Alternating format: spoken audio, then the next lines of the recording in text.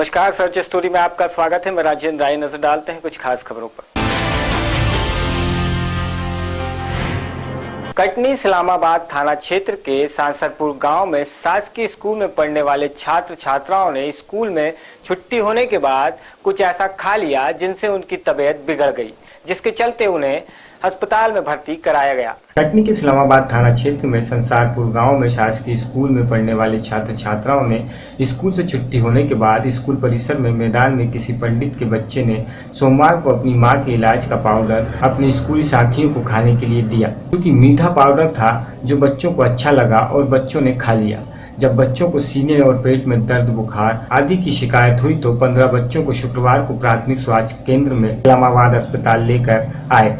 तब बच्चों ने बताया कि सोमवार को स्कूल में पाउडर खाया था, जिसके खाने से तबीयत बिगड़ गई। आज इस्लामाबाद प्राथमिक स्वास्थ्य केंद्र से जिला अस्पताल कटनी रेफर किया गया। हाँ, क्या हो गया? बुखार चढ़ गया। कैसे? पाउडर खा। कहाँ पास? स्कूल में। कब की बात है ये? शुक्रवार की। शुक्रवार की है। कितने लोग खाए हो आप लोग? 15 में। कौन से स्कूल में पढ़ते हो? मेरी सास। सभी बच्चे? सब। क्या नाम है आपका? सूरज। कौन सी कक्षा में पढ़ते हो? 7 में। ये क्या हो गया था? क्या ऑर्डर की दी थी। कहाँ पास? स्कूल में। कितने बच्चे ने पिया था? 15। क्या खाना आया था उसमें? चाय दूध क्या आया था? कुछ नहीं आया था। ये किसने खिलवाया है? वो छुट्टी होने के बाद में एक लड़का रहा तो पंडित का, तो इसके बाद मैं लेके आया था। उसकी माता राम के इलाज का पाउडर रखा रहा, इस वजह से वो सबने पाउडर खा लिया? हाँ, पाउडर खाए हैं। कितने समय की बात है ये सोमवार की बात है। क्या समझ से खाया था पाउडर को?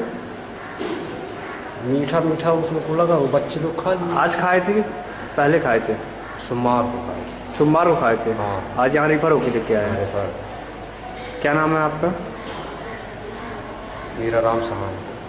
वो आप बताइए हुआ क्या था?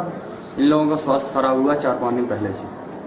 बुखार चढ़ रही थी, सीने में दर्द, शीतांश वगैरह, और फिर कल परसों से पता चला कि बच्चे लोगों ने पाउडर खाया है।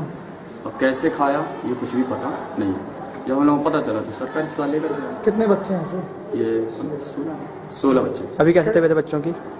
वर्तमान समय पर ट्रीटमेंट चल रहा है। कैसा और कौन सा पाउडर खाए थे? कहाँ से? ये हम लोगों को तो पता नहीं है कि कौन सा पाउडर, नाम पता भी नहीं है, खोखा भी पता नहीं है। क्या बताए थे बच्चे? बच्चे ये बोले, एक दूसरे से बताया, आगे तो बता नहीं रहे थे। उसने कहा उसने खाया, उसने कहा उसने खाया, उसने धीरे धीरे जानकारी स्कूल में खाए थे क्या? मैदान में खाए हैं, लंच के बाद मैदान में खेलते टाइम पर। अब जैसे भी खाए हों, ये किसने खिलाया है कुछ पता है? इन्हीं के बीच में से कि बच्चे लोग बोल रहे हैं कि। क्या नाम है आपका? मेरा नाम हरिशंकर दुबे। आज आप देख रहे हैं यहाँ पे 16 बच्चे आए करीब संसारपुर से। इन्होंने फूड पॉइजनिंग ले ली थी 2-3 दिन पहले, और सडनली इनको पेट में दर्द हुआ तो इनको जिला अस्पताल कटनी में भर्ती कराया गया है। अभी पेशेंट की कंडीशन स्टेबल है और कंटिन्यू इलाज भी चल रहा है। कैसी स्थिति में लाया गया था? पेशेंट स्टेबल थे, चल सकते थे, इसलिए अभी स्टेबल है और कंटिन्यू इलाज चल रहा है। क्या नाम है आपका? अलका गुप्ता। कटनी मध्य प्रदेश से। कटनी में नेशनल लोक अदालत का शुभारंभ जिला जज राधा सोनकर ने किया। नेशनल लोक अदालत का शुभारंभ जिला जज श्रीमती राधा सोनकर ने किया तथा शुभारंभ के अवसर पर बार संघ के अध्यक्ष राजेश दीक्षित, विधायक सेवा प्राधिकरण के सचिव सुनील मिश्रा तथा अति जिला जज मुख्यालय न्यायाधीश मजिस्ट्रेट तथा जिला विधायक सहायता अधिकारी उपस्थित थे। जिला न्यायालय के समस्त कोर्ट में 3 नंबर अंकित कर सुनवाई कर निराकरण हो रहा था। वहीं लोक अदालत के अवसर पर कोर्ट परिसर में समस्त बैंकों का स्टाफ प्रकरण के राजीनामे पर पैसे जमा कर निपटारे के लिए बैठे थे। पर यहाँ देखने को मिला कि जो स्टेट बैंक की तरफ से स्टॉल लगाए थे उनमें जो अधिकारी बैठे थे वो राजीनामा करने में ज्यादा रुचि नहीं दिखा रहे थे, जिससे हितग्राही नाराज होकर जा रहे थे। हितग्राहियों का कहना था कि जब लोक अदालत लगी है तो हमारे वसूली केस जो न्यायालय में नहीं चल रहे हैं उनके निराकरण के लिए नोटिस देकर कोर्ट कैंप में बुलाया था, पर बैंक के अधिकारी निराकरण न कर सिर्फ खानापूर्ति कर रहे हैं, जिससे बैंकों में ज्यादा निपटारा नहीं हुआ। मध्य प्रदेश विद्युत मंडल की तरफ से भी कोर्ट परिषद में शिविर लगाया गया था। यहाँ पर भी बिजली उपभोक्ताओं को निराश लौटना पड़ा। कारण यह था कि बिजली बिल में उपभोक्ताओं को पेनाल्टी बस में छूट दे रहे थे, मूल रकम में कोई रियायत नहीं दी जा रही थी। बिजली विभाग के शिविर में ऐसे लोग भी थे जिनके नाम पर कोई बिजली का कनेक्शन ही नहीं है, बावजूद उनको नोटिस देकर बुलाया गया। ऐसे लोग परेशान नजर आए पर कोर्ट परिसर में थे तो डर के मारे कैमरे के सामने कुछ नहीं बोल रहे थे। नगर निगम परिषद में लगाए कैंप में शहर के लोगों को सिर्फ संपत्ति कर में लगाए गए ब्याज पर छूट दी जा रही थी। वहीं पीने के पानी पर लगे वाले जल कर में चक्रवर्ती ब्याज पर कोई छूट नहीं दी जा रही थी, जबकि नगर निगम परिषद में लगे बैनर में जल कर का भी उल्लेख है। वहीं नगर निगम के सहायक राजस्व अधिकारी अनिल त्रिपाठी से पूछा कि जल कर में छूट क्यों नहीं, तो बोले कि मध्य प्रदेश सरकार ने जल कर में छूट का प्रावधान लोक अदालत में नहीं रखा है। यह बड़ी अजीब बात है कि संपत्ति कर में छूट और मानव जीवन के उपयोग होने वाली पीने के पानी में कोई छूट नहीं। पूजा उपाध्याय उप निरीक्षक पुलिस द्वारा बताया गया कि पुलिस में लंबित पति पत्नी से संबंधित केसों को न्यायालय परिषद में परिवार परामर्श केंद्र के माध्यम से 42 परिवारों के बीच सुलहनामा करा के घर भेजा गया है। जिन लोगों का प्रकरण में राजीनामा हो गया था उन्हें उज्जवल भविष्य के लिए वन विभाग एवं उद्यानिकी विभाग द्वारा फलदार पौधा दिया जा रहा था। आज पूरे देश में नेशनल लोक अदालत का आयोजन किया गया है और उसी तारतम्य में हमारे कटनी जिला में भी जिला न्यायालय के साथ साथ तहसील न्यायालय, इसके साथ साथ प्रशासनिक विभागों में भी लोक अदालत का आयोजन किया गया है। आज बड़ी संख्या में पक्षकार यहाँ पर मौजूद रहे, लोगों में काफ़ी उत्साह दिखा। लोगों ने आपसी समझौते के आधार पर राजीनामा किया है, प्रकरणों का अंतिम रूप से निराकरण किया है। उनके बीच भाईचारा, शांति और सौहार्द स्थापित हुआ है। कई परिवार ऐसे देखने में आए हैं कि जो वर्षों वर्ष से विवाद में घिरे हुए थे, पति पत्नी अलग रह रहे थे, आज समाज के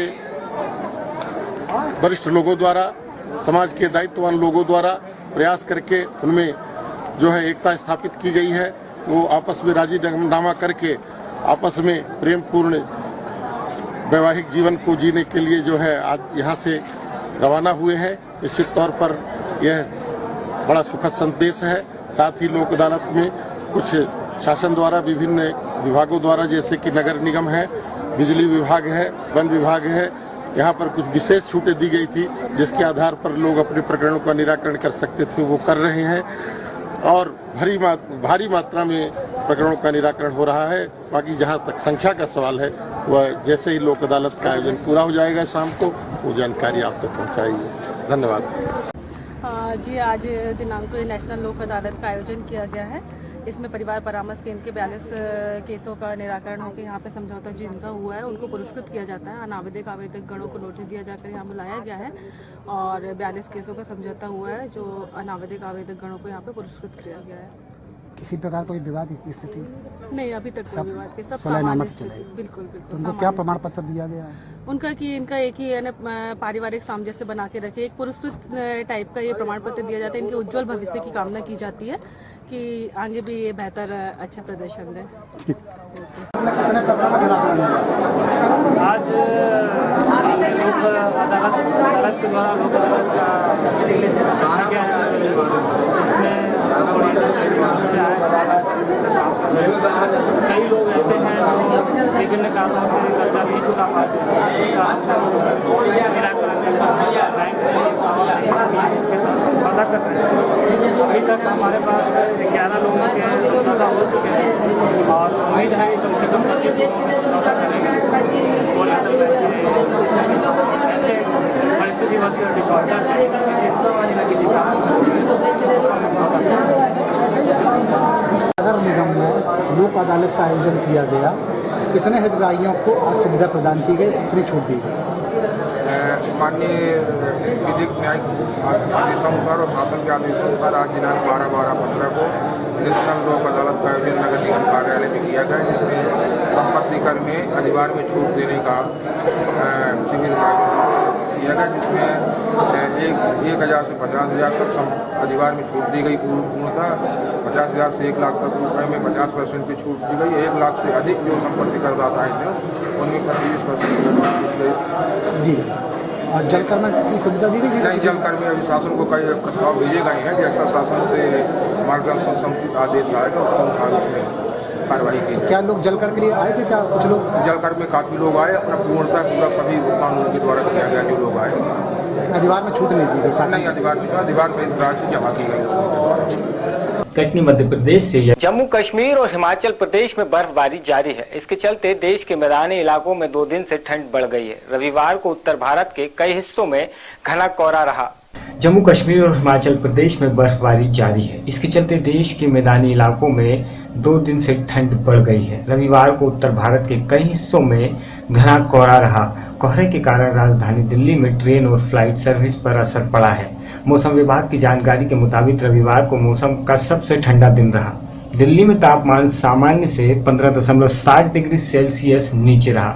सबसे कम तापमान 6.8 डिग्री सेल्सियस रहा। घने कोहरे के कारण विजिबिलिटी 0 से 50 मीटर के बीच थी। IGI एयरपोर्ट पर इसके चलते उड़ानें प्रभावित हुई। जानकारी के मुताबिक 30 से ज्यादा उड़ानों पर मौसम का असर पड़ा है। 5 फ्लाइट डाइवर्ट कर दी गई हैं। एयरपोर्ट पर सैकड़ों पैसेंजर फंसे रहे।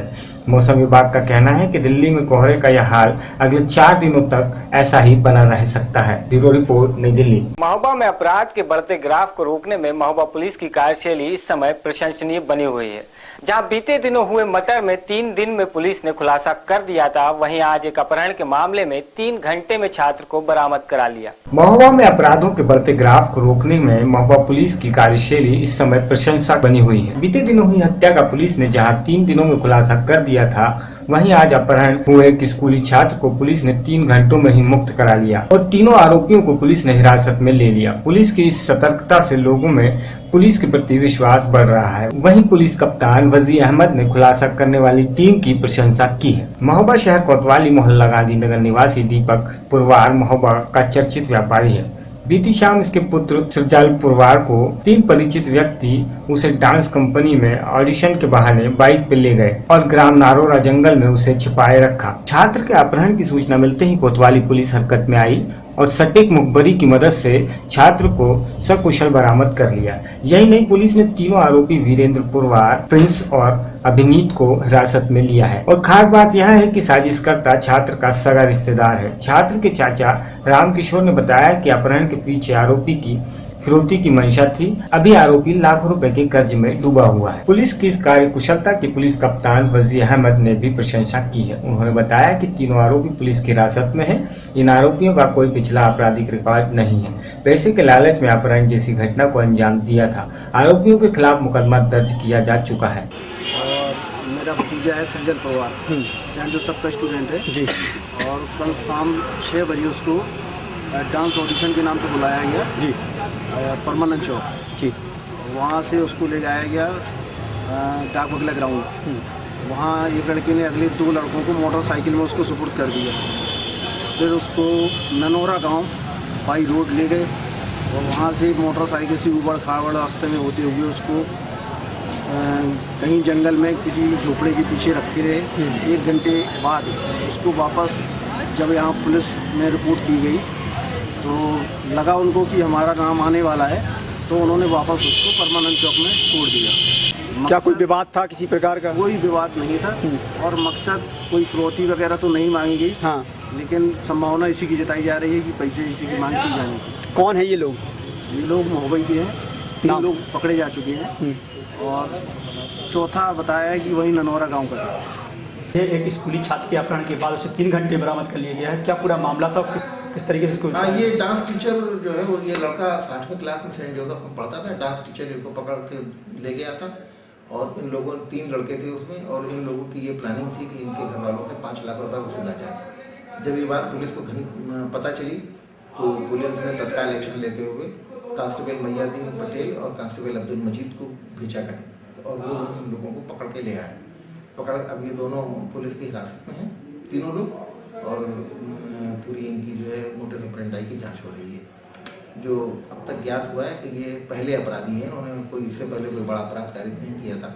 पैसे के लालच में इन लोगों ने घटना की है। महोबा से इसराइल कुरैशी की रिपोर्ट। महोबा में ग्राम पंचायत चुनाव जीते प्रधान सामान्य ज्ञान में फेल नजर आए। ग्राम संसद के दावेदार बने प्रधानों को जीत का ताज तो मिल गया, लेकिन ये प्रधान सामान्य ज्ञान से ही अनभिज्ञ बने हुए हैं। पॉलिटेक्निक कॉलेजों में हो रही गिनती के दौरान आए परिणामों में प्रधान खुश नजर आए, लेकिन अब इन प्रधानों से हमने आम चर्चा के सवालों को पूछा तो अपनी बगले झांकते नजर आए। प्रधानों से जब हमने पूछा कि अपने देश का प्रधानमंत्री कौन है, तो कई प्रधान तो इसका जवाब भी नहीं दे सके। यही नहीं, जनपद के डीएम और पुलिस कप्तान के नाम भी ये प्रधान नहीं बता सके। खास बात तो यह है कि कई प्रधान हिसाब किताब में भी जीरो निकले।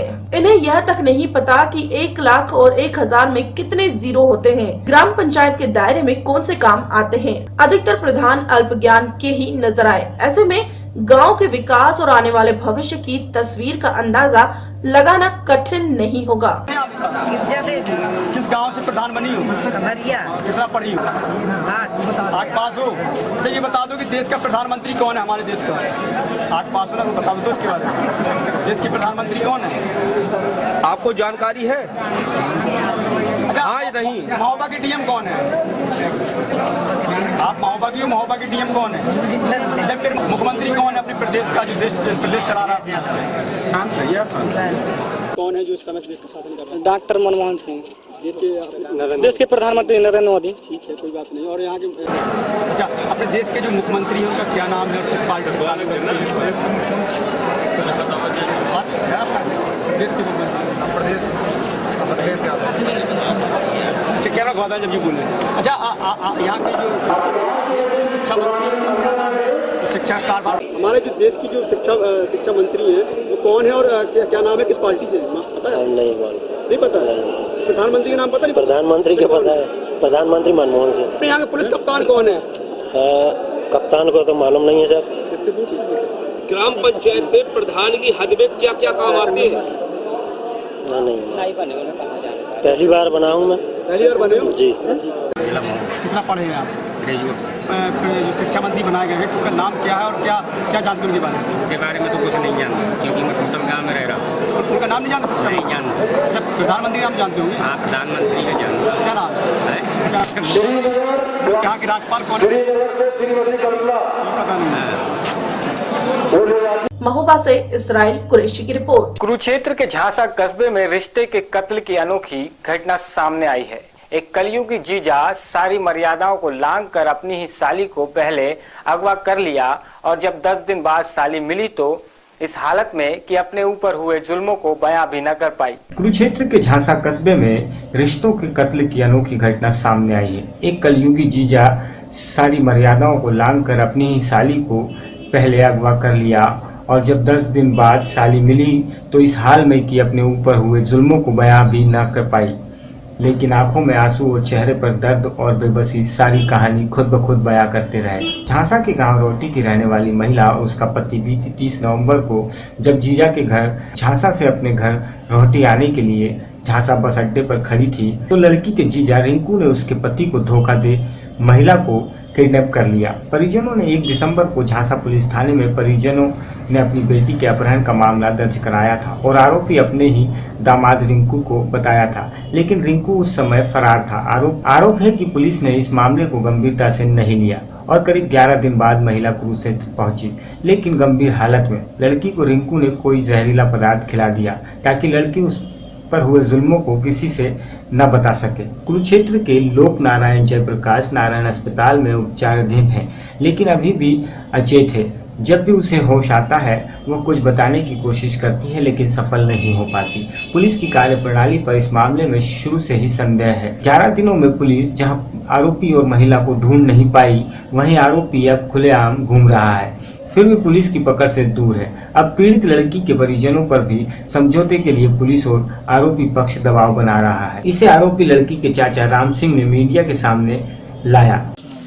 कल एक पेशेंट आया था हमारे पास, डॉक्टर दिनेश ने पेशेंट देखा था। पेशेंट जो है हिस्ट्री दे रहा था कि उसको कोई अननोन सब्सटेंस दिया गया है, ठीक है, जिसका कि हमने गैस्ट्रिक लवाज करके सैंपल लिया है और वो जो सैंपल सेंट्रल फॉरेंसिक लैब भेजा जाएगा जांच के लिए भी किस प्रकार का जो है जहर या कोई भी जो इसको दिया गया था। पेशेंट की हालत अभी तो स्थिर है, ठीक है।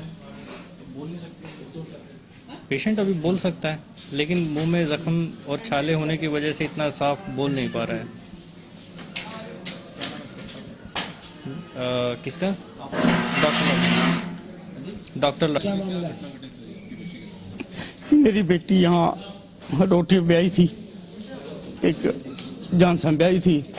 जो जानसन वाला दामाद था मेरे भाई का, वो उस लड़की को अगवा करके ले गया था और हमने कई दिन तलाश की, पुलिस पे इंफॉर्मेशन करी, पुलिस को कहा, लेकिन पुलिस ने कोई कार्रवाई नहीं की। कल 10 तारीख को पता लगा कि वो लड़का जानसन में आ गया और हमने पुलिस को कार्रवाई करने के लिए कहा। पुलिस ने कहा भाई ठीक है, हम कार्रवाई करेंगे। मैं पुलिस को बार बार कहता रहा, लेकिन लड़के वालों का वहाँ जानसन पूरा दबाव है, उन्होंने कोई कार्रवाई करने से हमारी कोई सुनवाई नहीं करी। तो लड़की कैसी हालत? लड़की की हालात बेहद गंभीर है। लड़की बोल नहीं सकती, लड़की के मुंह में कुछ तेजाब जैसी चीज पाई हुई है, जो डॉक्टर साहब बता रहे हैं, मैं तो उन्हीं के हिसाब से बता रहा हूँ। और आज भी, कल भी पुलिस वाले बार बार मेरे पे दबाव डाल रहे हैं, भाई आप थाने में आओ। मैं कहाँ जाऊं? रात भी लड़की को रोटी से लेके आया, गांव में आया, फिर यहाँ दाखिल कराई। कितने दिन पहले शादी हुई थी इसकी? शादी 20/9 को हुई थी, अभी 2015 में 2 लड़कियों की थी। और लगातार वो लोग आयु जो वहाँ का जानसे का, वो कोई काम नहीं कर रहा, बिल्कुल कार्रवाई बिल्कुल नहीं कर रहा। वो तो आज भी मेरे से ये कहा सुबह उसने कि यहाँ मिल पुराने बस स्टैंड पे, और तेरी लड़की बस एक ना बसा दूंगा, एक मर्जी, कोई बात नहीं। मैं मजबूर हूँ जी, मेरी कोई सुनवाई नहीं हो रही है। अब लड़की को पीजीआई रेफर कर दिया, होने की बात हुई यहाँ से ले जा, पीजीआई ले जा, जो देगा वो बार बार। मेरा नाम राम सिंह है जी, सनब सिंह।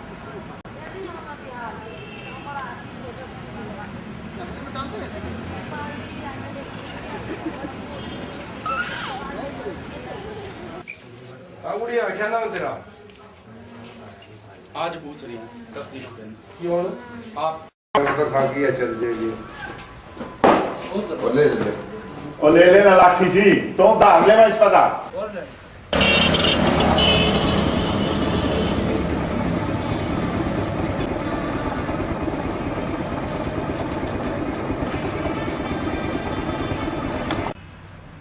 हमारे को 1 तारीख को कंप्लेंट दी थी, वे मेरी लड़की को, मेरा दामाद है रिंकू, जो जहाँ शादीशुदा है, वो लेकर चले गए हैं, पता नहीं कहाँ लेकर चले गए। हमने उसकी कंप्लेंट में 1 तारीख को पर्चा दर्ज कर दिया है, इन्वेस्टिगेशन जारी है।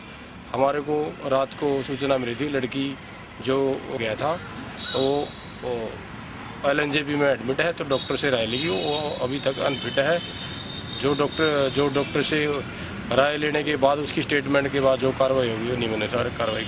जो लड़की का पिता है, इसके बयान पर हमने कार्रवाई कर दी है, पर्चा दर्ज कर दिया किडनैपिंग का। हमारे को पता लड़की कल एडमिट हुई है, तो लड़की की स्टेटमेंट लेने के बाद, डॉक्टर के द्वारा मेडिकल के बाद जैसी कार्रवाई हुई, उसी अनुसार हम आरोपियों को गिरफ्तार करके। अभी लड़की बोल नहीं रही, बेहोशी की हालत में है। लड़की से मिला था, डॉक्टर से मिला हूँ, इसका देखते हैं कल को डॉक्टर से जो ओपिनियन लेके, राय लेने के बाद जैसी हो गया, बयान लेने के बाद कार्रवाई करेंगे। कुरुक्षेत्र से विनोद। विपक्ष के नेता अभय चौटाला ने कहा कि पंचायती राज एक्ट सरकार द्वारा जनता को थोपा गया है। चौटाला ने झज्जर के एम्स के उद्घाटन पर दीपेंद्र को न बुलाने पर कहा कि सरकारी कार्यक्रमों में राजनीति नहीं होनी चाहिए। विपक्ष के नेता अभय चौटाला ने कहा कि 5वीं राज एक्ट सरकार द्वारा जनता को थोपा गया। चौटाला ने जर के एम्स के उद्घाटन पर वीरेंद्र को न बुलाने पर कहा कि सरकारी कार्यक्रमों में राजनीति नहीं होनी चाहिए। अभय चौटाला कुरुक्षेत्र के पैराकिट पर्यावरण केंद्र में पत्रकारों से बात कर रहे थे। उन्होंने कहा कि हमने सरकार के पंचायती राज एक्ट संशोधन का विधानसभा में विरोध किया था, लेकिन सरकार ने संख्या बल के आधार पर ये कानून बनाया और इसे सुप्रीम कोर्ट से लागू करवा दिया। हमने तो सबसे पहले लोगों की भावनाओं को विधानसभा के सत्र में मुख्यमंत्री को और सरकार के सब लोगों को इस बात से अवगत कराया था कि ये जो तुम निर्णय ले रहे हो ये बहुत गलत है, आम आदमी इस चुनाव से वंचित हो जाएगा। लेकिन उन्होंने फिर भी बहुमत के बलबूते पे एक नया बिल ला करके इसको कानूनी रूप देने का काम किया। उसकी वजह से लोग हाई कोर्ट गए, हाई कोर्ट के बाद सुप्रीम कोर्ट गए। 5 महीने तक एक ससोपंच बना रहा। लोग रोज ये मान करके चलते थे कि कोर्ट से कोई लोगों के हित का एक फैसला आएगा, लेकिन कोर्ट का जो फैसला आया उससे भी लोगों को आघात हुआ। कोर्ट ने स्वयं ये बात मानी है कि 64% लोग इस चुनाव से वंचित रह जाएंगे। आज ऐसी हालत है, बहुत से गांव के अंदर उम्मीदवार नहीं है। मुझे लगता है उनको इंपोर्ट करने पड़ेंगे और ला करके खड़े करने पड़ेंगे। ये हालत है आज। इसकी वजह से आज लोगों को पंचायत के चुनाव की वजह से आज बहुत मुश्किलें सामने खड़ी होकर के आ रही हैं।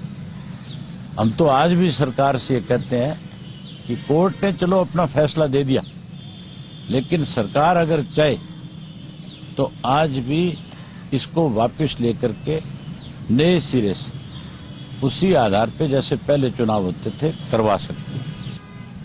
अब चुनाव होने जा रहा है, उसको जनमत मान लेना, रेफरेंडम करा ले। ये जो चुनाव होगा, इस चुनाव में लोग जनमत कर देंगे, फिर तो सरकार को इस चुनाव के अंदर अपने सिंबल पे लड़ना चाहिए।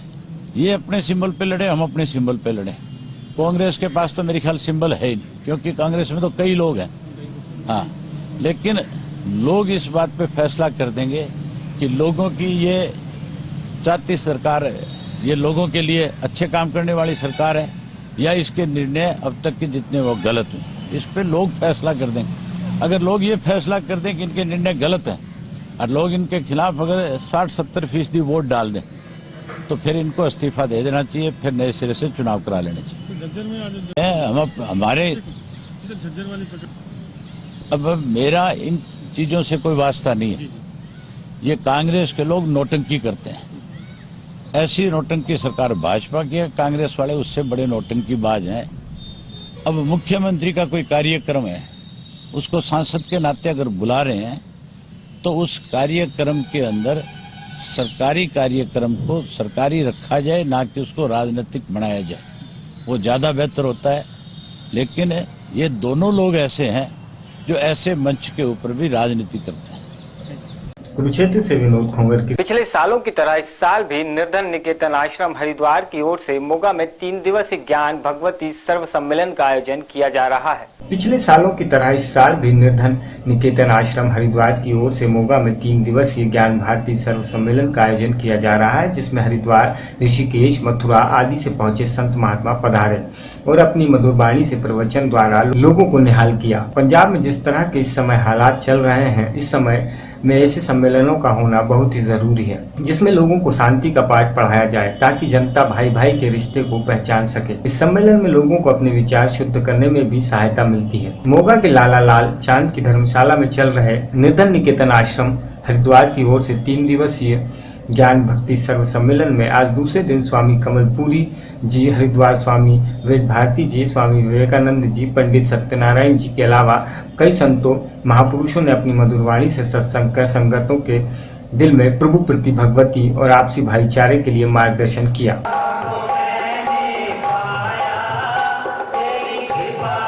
मोगा से विपिन ओकारा। 1 लाख के ऊपर नौकरी देने का मन बनाया पंजाब सरकार ने, जिसके चलते आज मोगा में 11 सेंटरों पर टीईटी टेस्ट का आयोजन किया गया। पंजाब सरकार ने करीब 1 लाख के ऊपर सरकारी नौकरी देने का मन बनाया है, जिसमें करीब 35,000 नौकरियां अध्यापकों के लिए रखी गई हैं। इसके लिए आज जिला मोगा में भी टीईटी टेस्ट का आयोजन किया गया, जिसमें 11 स्कूलों के सेंटरों में करीब 5,196 स्टूडेंट यहां टेस्ट दे रहे थे और अपना भाग्य आजमा रहे थे। स्कूलों में सुबह से ही टेस्ट देने वालों का तांता लगना शुरू हो गया। इस टेस्ट को देने के लिए स्टूडेंट में काफी उत्साह देखने को मिला। वहीं स्कूल में टेस्ट देने आए स्टूडेंटों ने बताया कि हमें खुशी है कि सरकार ने नौकरी निकाली है और आज हम टेस्ट देने आए हैं। हम इस टेस्ट को पास करेंगे और आशा करते हैं कि हमें नौकरी मिलेगी।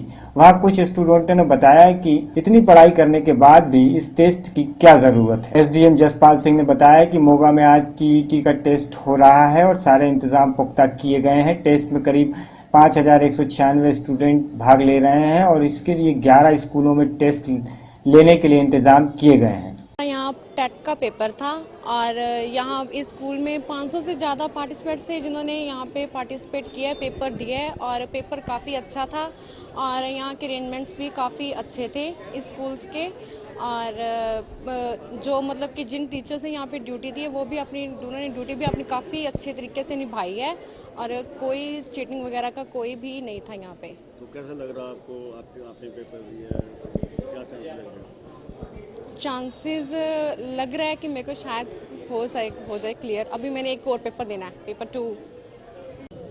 सर मैं ये आशा लेके आई हूँ कि जो मैं जॉब, अभी तो मैं टीचर प्राइवेट जॉब कर रही हूँ, मैं ये चाहती हूँ कि मैं भी जो टेस्ट है वो क्लियर करूँ और गवर्नमेंट जॉब जाऊँ।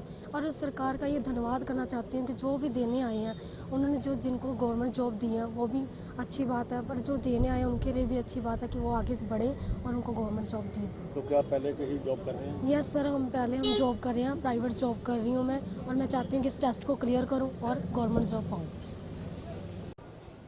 सर जानकारी दिओ जरा जे टेट का पेपर हो रहा है। ਪੰਜਾਬ ਸਰਕਾਰ ਵੱਲੋਂ ਪੰਜਾਬ ਟੀਚਰ ਐਲੀਜੀਬਿਲਟੀ ਟੈਸਟ ਜਿਹੜਾ ਉਹ ਸਾਰੇ ਜ਼ਿਲ੍ਹਿਆਂ ਦੇ ਵਿੱਚ ਹੀ ਕਰਵਾਇਆ ਜਾ ਰਿਹਾ ਔਰ ਮੋਗਾ ਜ਼ਿਲ੍ਹੇ ਦੇ ਵਿੱਚ ਇਹ ਜਿਹੜਾ ਟੈਸਟ ਆ ਉਹਦੇ ਵਾਸਤੇ 5196 ਬੱਚੇ ਜਿਹੜੇ ਆ ਕੈਂਡੀਡੇਟ ਅਪੀਅਰ ਹੋ ਰਹੇ ਆ। ਉਹਦੇ ਵਿੱਚੋਂ ਸਵੇਰ ਦਾ ਜਿਹੜਾ ਪੇਪਰ ਸੀਗਾ ਉਹਦੇ ਵਿੱਚ 3 ਸੈਂਟਰ ਸੀਗੇ ਸਾਡੇ, 1 ਨੰਬਰ 2 ਨੰਬਰ ਤੇ 5 ਨੰਬਰ ਸੈਂਟਰ ਔਰ ਇਹਦੇ ਵਿੱਚ 811 ਬੱਚੇ ਅਪੀਅਰ ਹੋਏ ਆ। ਔਰ ਜਿਹੜੇ ਸ਼ਾਮ ਦਾ ਪੇਪਰ ਹੈ, ਪੇਪਰ ਨੰਬਰ 2 ਜਿਹੜਾ ਹੈਗਾ ਉਹਦੇ ਵਿੱਚ 11 ਦਾ 11 ਸੈਂਟਰ ਜਿਹੜਾ ਉਹਦੇ ਵਿੱਚ ਬੱਚੇ ਅਪੀਅਰ ਹੋ ਰਹੇ ਆ। ਸਿਕਿਉਰਿਟੀ ਪੁਆਇੰਟ ਆਫ ਵਿਊ ਤੋਂ ਔਰ ਜੋ ਪ੍ਰਸ਼ਾਸਨ ਦੇ ਤੋਂ ਡਿਊਟੀਆਂ ਆਪਣੇ ਸਾਹਿਬ ਪਰਮਿੰਦਰ ਸਿੰਘ ਜੀ ਗਿੱਲ ਜਿਹੜੇ ਡਿਪਟੀ ਕਮਿਸ਼ਨਰ ਨੇ, ਸਾਡੇ ਮਾਨਯੋਗ ਡਿਪਟੀ ਕਮਿਸ਼ਨਰ, ਉਹਨਾਂ ਨੇ ਲਗਾਈਆਂ ਸੀਗਾ। ਸਾਡੇ ਜਿੰਨੇ ਵੀ ਅਧਿਕਾਰੀ ਆ, ਮੁਲਾਜ਼ਮ ਜਿਹੜੇ ਆ, ਉਹ ਸਵੇਰੇ 7 ਵਜੇ ਇੱਥੇ ਸੈਂਟਰ ਦੇ ਵਿੱਚ, ਨੋਡਲ ਸੈਂਟਰ ਦੇ ਵਿੱਚ ਪਹੁੰਚ ਗਏ ਸੀਗੇ ਔਰ ਅਸੀਂ ਪੂਰੇ ਅਮਨ ਅਮਾਨ ਦੇ ਨਾਲ, ਪੂਰੇ ਸ਼ਾਂਤੀ ਨਾਲ, ਪੂਰੇ ਡਿਸਪਲਿਨ ਤਰੀਕੇ ਨਾਲ, ਪੂਰੀ ਸਿਕਿਉਰਿਟੀ ਦੇ ਨਾਲ ਇਹ ਸਾਰੇ ਜਿਹੜੇ ਪੇਪਰ ਹੈਗੇ ਆ ਸਵੇਰ ਦਾ ਤੇ ਸ਼ਾਮ ਦਾ ਜਿਹੜਾ ਉਹ ਸੰਪੰਨ ਹੋਇਆ। ਔਰ ਸ਼ਾਮ ਦਾ ਜਿਹੜਾ ਮਤਲਬ ਜਿਹੜੇ ਸਾਡੇ ਬੰਡਲ ਹੈਗੇ ਆ ਸੈਂਟਰ ਵਿੱਚ ਜਾਣੇ ਸੀ ਉਹ ਪੂਰੀ ਸਿਕਿਉਰਿਟੀ ਦੇ ਨਾਲ ਗਏ ਹੈਗੇ ਆ ਔਰ ਇਹ 2:30 ਵਜੇ ਪੇਪਰ ਸ਼ੁਰੂ ਹੋਣਾ ਔਰ 5 ਵਜੇ ਪੇਪਰ ਸਮਾਪਤ ਹੋ ਜਾਣਾ। ਔਰ ਇਹ ਜਿਹੜਾ ਟੈਸਟ ਹੈਗਾ ਇਸੇ ਬੇਸ ਉੱਤੇ ਹੀ ਸਰਕਾਰ ਜਿਹੜੀ ਹੈਗੀ ਆ ਉਹ ਜਿਹੜੇ ਟੀਚਰ ਸਿਲੈਕਟ ਕਰੂਗੀ ਔਰ ਇਹ ਜਿਹੜਾ ਟੈਸਟ ਹੈ ਇਹ ਬੜੇ ਸਮਝ ਲਓ ਇਹਦੇ ਵਿੱਚੋਂ ਸਹਿਯੋਗ ਜਿਹੜੇ ਟੀਚਰ ਹੈ ਉਹ ਸਾਡੀ सोसाइटी ਨੂੰ ਮਿਲਣ ਦੀ पूर्ण आस हैगी है। Thank you. मोगा से विपिन। खबरों में फिलहाल इतना ही। अब मुझे दीजिए इजाजत। नमस्कार।